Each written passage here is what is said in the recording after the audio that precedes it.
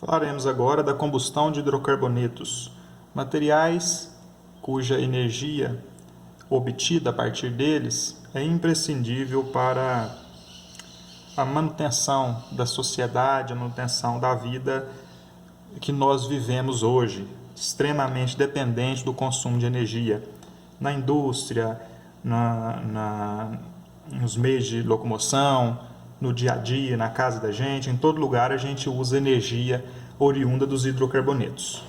Uma questão bastante polêmica, já que os hidrocarbonetos são originários de materiais fósseis, né? Do petróleo, da madeira, de carvão mineral. Os hidrocarbonetos são sempre vindos daí, principalmente do petróleo.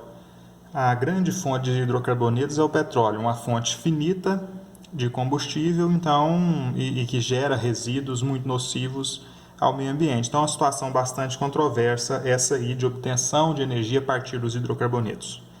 Mas a gente vive numa sociedade que utiliza demais essa energia oriunda de hidrocarbonetos. E como que essa energia é obtida? É obtida pela combustão desse material, desses hidrocarbonetos. A combustão dos hidrocarbonetos envolve dois reagentes: o hidrocarboneto, que vai entrar em combustão, e o oxigênio, chamado aqui de comburente. A reação desses dois materiais, com a presença de uma energia de ativação, de uma energia que eu tenho que atribuir a esses materiais para que a reação comece, fornece como produto várias substâncias diferentes, dependendo do tipo de combustão. Se ela for completa, ela é uma combustão mais limpa e haverá como resultado dessa combustão gás carbônico e água. Essa combustão completa é uma combustão mais efetiva, ela libera muito mais quantidade de energia, muito maior quantidade de energia, e libera um resíduo menos tóxico, que é o gás carbônico. Já a combustão incompleta, ela não libera a mesma quantidade de energia que a reação de combustão completa. Ela libera uma quantidade de energia menor e libera resíduos dos quais a gente ainda poderia tirar mais energia, e são resíduos mais tóxicos. Além do gás carbônico, ela vai liberar monóxido de carbono e, em alguns casos, carbono sólido.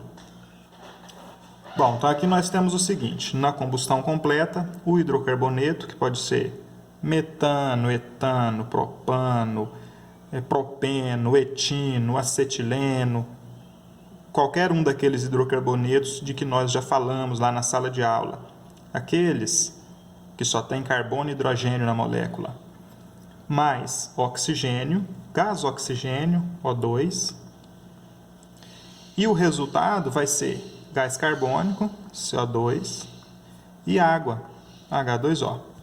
Já na combustão incompleta, o hidrocarboneto, seja lá qual for ele, vai continuar reagindo com O2, oxigênio gasoso, vai produzir gás carbônico, mas não só gás carbônico, vai produzir também monóxido de carbono, CO, e vai produzir fuligem, carbono sólido, e além disso também vai produzir água, H2O. Grandes problemas disso daqui: esse material, monóxido de carbono, é tóxico. Ele, em grandes quantidades, respirado em grande quantidade, pode causar problemas de saúde até a morte. Fuligem também pode causar problemas respiratórios, problemas de saúde. O carbono sólido, aquele pó daquela fumaça preta que os caminhões antigos geram em grande quantidade. Uma solução moderna para essa questão nos automóveis é o uso de catalisador na saída lá da tubulação de escapamento.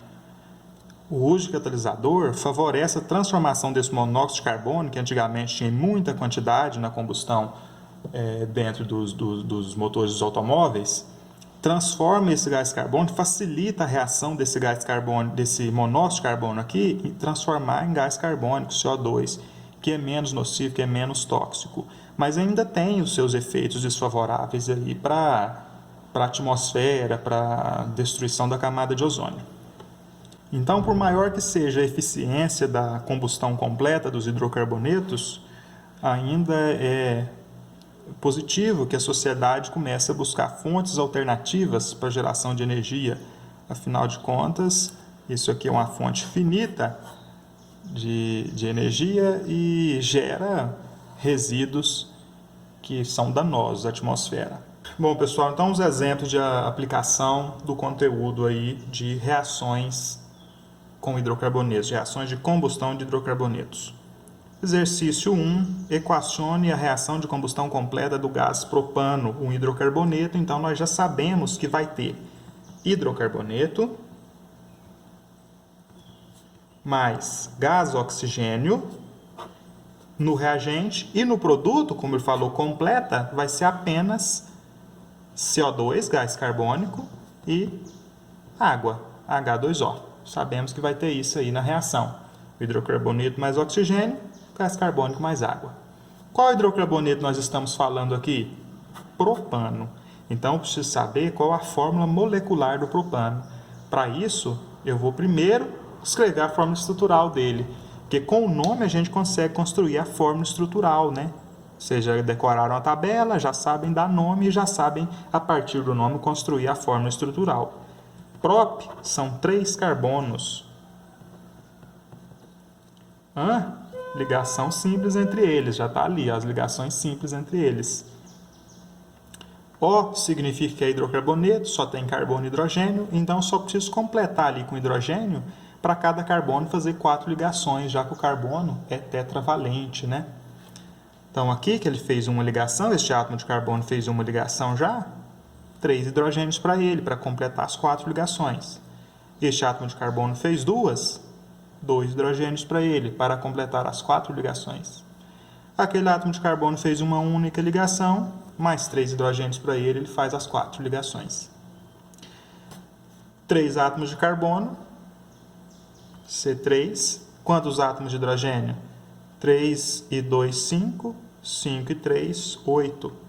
Então, nós temos aqui o C3H8. Este é o propano, C3H8. A fórmula molecular do propano, C3H8. Então, quando eu falo o hidrocarboneto, eu estou falando do propano, eu estou falando do C3H8 mais o O2, que vai produzir, esses reagentes vão produzir CO2 mais H2O. O que falta aqui? Equacionar a reação. O que falta aqui? Balancear a equação. Só falta balancear a equação. Segundo Lavoisier, nada se cria, nada se perde. Então, se eu tinha 3 átomos de carbono no reagente, tenho que ter 3 átomos de carbono no produto. Em outras moléculas, organizado de outra forma, diferente, mas ainda são 3 átomos de carbono. Como eu tenho 3 numa mesma molécula, e lá numa mesma molécula eu tenho só 1, eu preciso de 3 moléculas.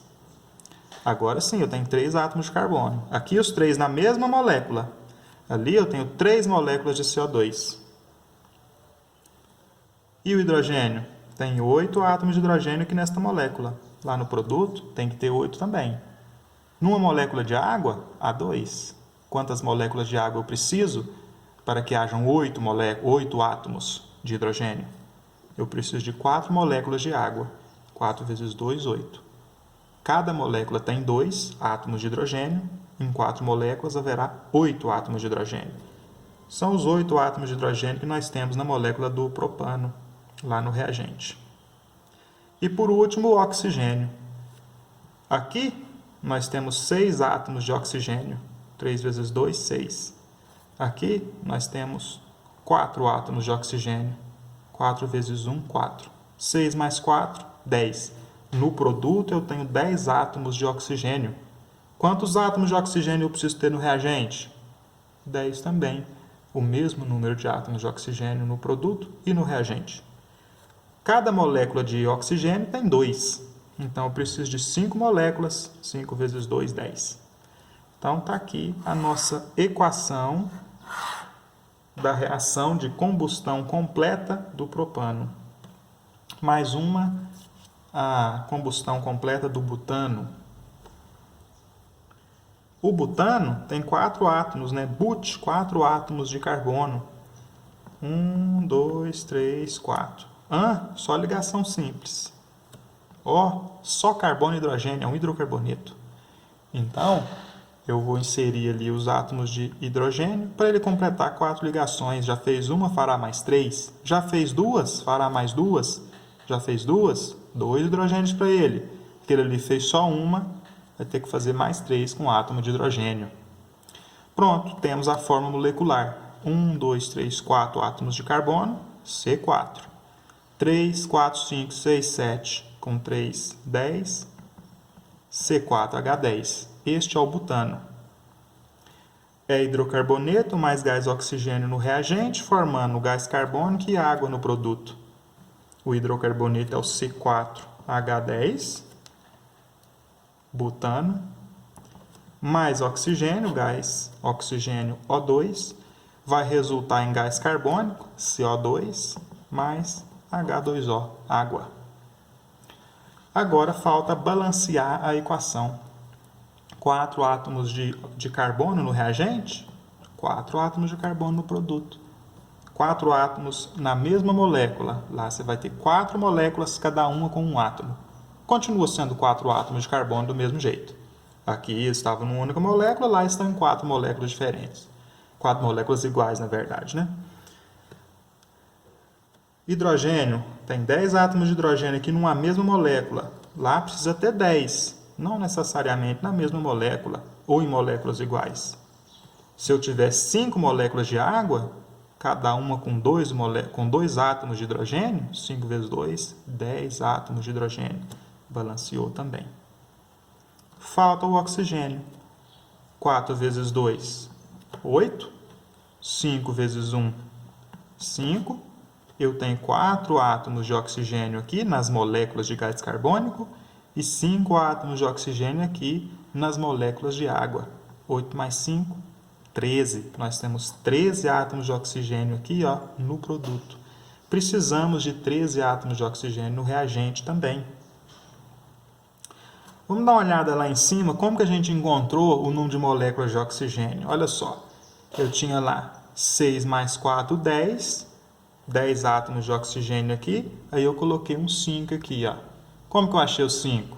Eu fiz os 10 átomos de oxigênio que estão aqui, dividido por 2, que é o número de átomos de oxigênio em cada molécula, resultado 5. Então, vou fazer a mesma coisa aqui, O número de átomos de oxigênio que deu aqui, vou dividir por 2, olha só. 8 mais 5, 13, aqui eu vou colocar 13 dividido por 2. Como eu não gosto de número decimal, eu gosto de fração, eu vou colocar 13 meios. Isso ainda é 13 dividido por 2, isso ainda é 6,5, mas eu coloquei na forma de fração. É natural que nas reações de combustão, normalmente nas reações químicas, a gente não coloque fração nem número decimal. Para tirar a fração dali, ou o número decimal, o que a gente faz? Multiplica a equação toda pelo denominador da fração, que é 2. Então, multiplica a equação toda por 2. Olha o que vai acontecer. 2 vezes 1, se não tem nada aqui do lado, é 1, 2, né? 2C4H10. 2 vezes 13, 26, dividido por 2, é o 13. 13O2. Eu poderia pegar o 2 que está multiplicando, eliminar o 2 dividindo, sobrar o 13 lá. No produto, 2 vezes 4, 8CO2. 2 vezes 5, 10H2O. Então, está aqui equacionada a reação de combustão completa do gás butano.